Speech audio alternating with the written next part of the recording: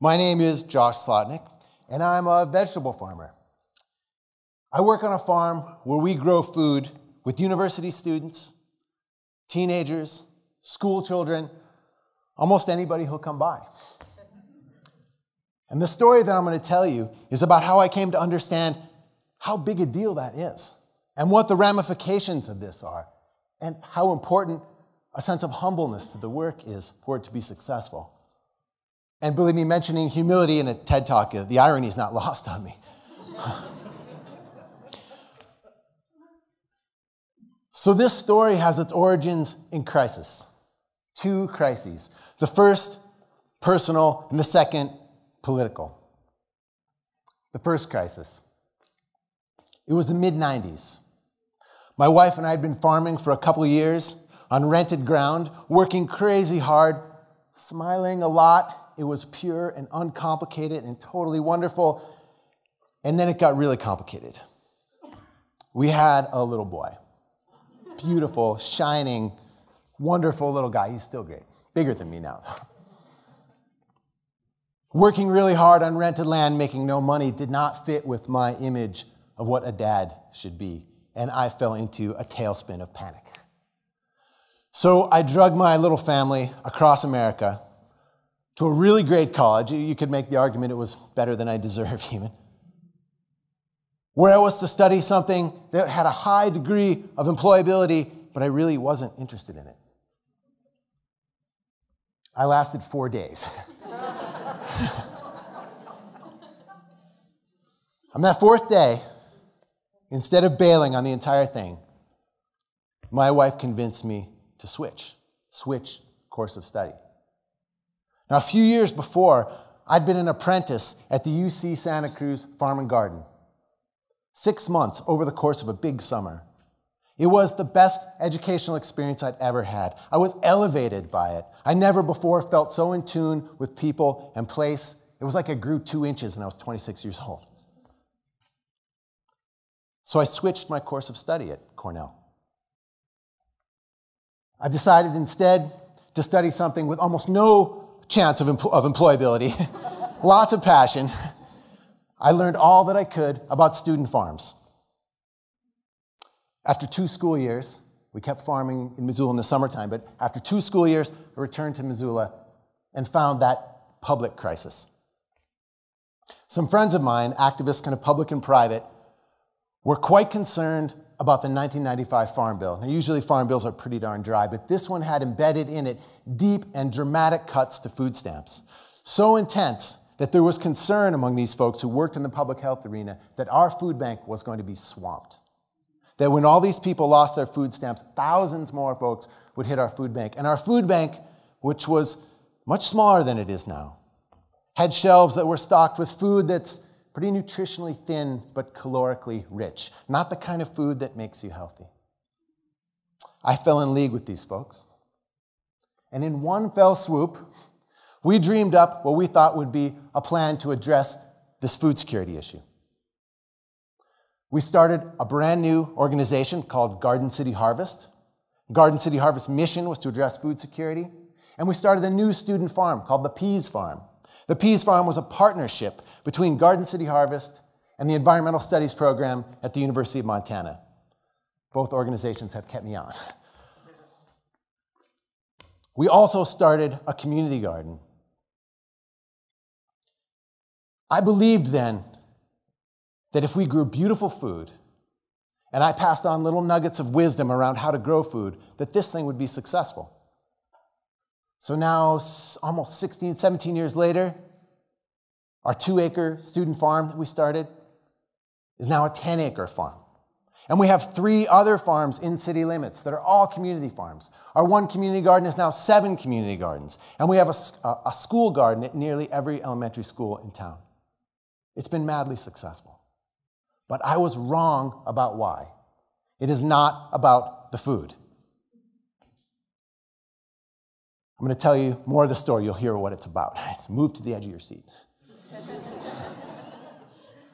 So a couple of years in to the summer program at the Peas Farm, I ran into a friend who said he'd seen some of the farm kids, called them farmies. He said, I saw those farmies downtown. What is it with them? They're like a thing. And he put his hands together, struggling for words to describe this high degree of closeness. My buddy Tim Ballard worked with me at the farm, and we talked about this. What's going on here? Well, we noticed a couple things. The beginning of the summer session, the students at the Peas Farm would say to me things like this. Where do you want us to put your truck? It's the farm truck, but they called it my truck. When are we going to plant your lettuce starts? They called them my starts, right? A couple weeks in, they'd say, shouldn't we water our corn? Are we going to change the oil in our tractor? The pronouns had changed. The farm became theirs. Their relationship to the place changed deeply. A similar thing happened with their relationship to each other. Now, here in Western Montana, in the heart of summer, it can be 95 degrees during the day, and it's still cool in the morning. So these students would show up in the morning wearing hooded sweatshirts. It gets warm by 10 o'clock. They shed the sweatshirts, often right where they're working, and keep on going. Then the next morning, they show up, and they don't have a sweatshirt. But that's all right. They just put on whichever one they run into. Now, what kind of relationship do you have with someone when you randomly wear their clothing without asking? That's that closeness, that thing that my friend remarked on. So these two little anecdotes should beg the question in your head, what were we doing to inspire this sense of attachment to place and to people? It kind of goes like this. I'll make up a scenario and you'll see it. So imagine that Royce and I are weeding carrots. It's springtime, second week of May. Now, carrots take 14 days to germinate. Weeds take 9 days. Second week of May, our spindly little carrots are choking in these thick bands of muscular weeds. It's time to get busy. Now, weeding carrots, you're squatting down, hands and knees, using hand tools. We're both wearing dirty clothes, close to the earth, doing work that doesn't take a lot of brain power. We start working away. A couple hours into it, I'll know how you came to be president of the university. And you will come to know more than you ever wanted to about my children. Now, amplify that experience out. Not just the two of us, but 15 people over 3 months. A couple things happened simultaneously. In those carrots, or in the beets, or whatever else we were working in, we could stand back after that morning and see beautiful carrots in the bright light of the new summer, standing tall, and we would have no doubt about why we were there that day. Now, you do this with other people, and you come to realize that you are an essential part of that group, and that group needs you, and you need the group. Simultaneously, these students understand their own personal power and that they belong to a high-functioning group, and they are transformed by it. You can see it in the pronouns. It becomes their farm, and they belong to each other. Now, my buddy Tim had been working with teenagers in the wintertime doing wilderness therapy, and he openly asked this question. So this works great with college kids who have, by definition, a relative degree of privilege. Someone had the wherewithal to get them to college. But would this work for people who faced much bigger obstacles? So we partnered up with Missoula Youth Drug Court. Each summer, we would get between 5 and 8 kids from drug court. Kids who often faced really big obstacles, who were living in group homes, who did not have stable families. Did it work? For the most part, the magic absolutely worked. They too were transformed by it. The farm became theirs. And the university students, they start about a month earlier than the teenagers. So by the time the teenagers get there, the university students have set this high cultural bar. And the teenagers kind of want to be like the 21, 22-year-olds, so they act accordingly. A few years back, a former Youth Harvest kid, this program's called Youth Harvest, a former Youth Harvest kid came to the Peas Farm a few years later. She had her wedding there. So how often would this happen that someone would return to the scene of their juvenile justice experience for their wedding?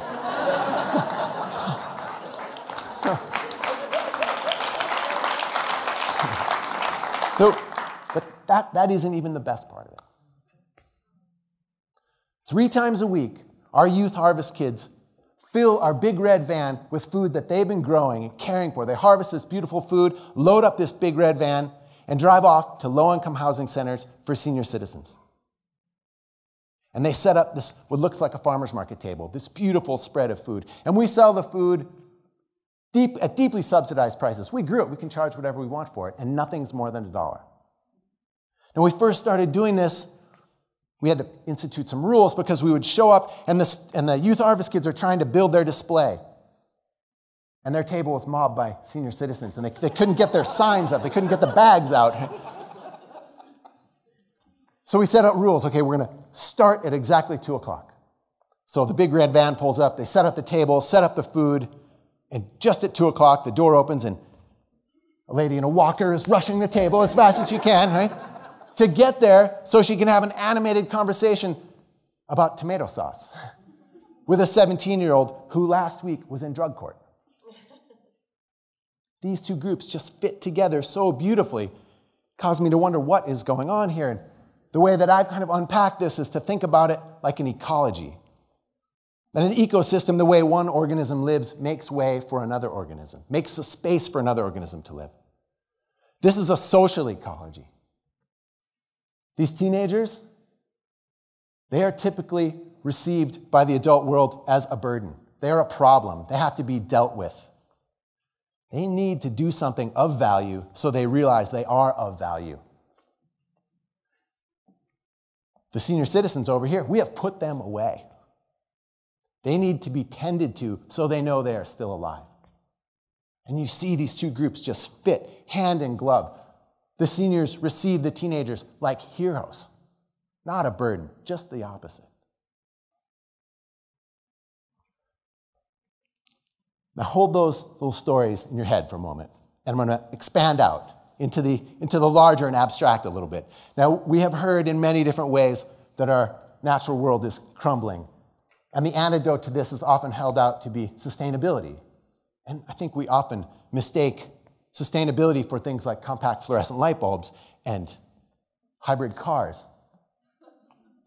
In the stories I described, people got to experience a deep sense of allegiance to the ground under their feet and a relentless desire to care for those around them. When a person is in that state, all good follows. Sustainability is not material. It is a state of the heart.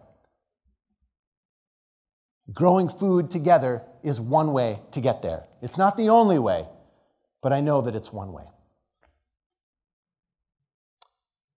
Now, you don't need 10 acres of fertile ground to do this at home. There is a recipe. I'm going to give you the recipe so you can return to your neighborhoods and do similar things. The recipe goes like this. Small groups of people doing humble labor where we're the same. Humble labor producing tangible results that are meaningful. Humble labor, tangible results that are meaningful equals a transformative experience. All we need in every neighborhood in America is good work to be done. Thankfully, we're rich in that. Everywhere you look, there's work to be done. So now you know the recipe. Go back to your neighborhood and get busy. Thanks a lot.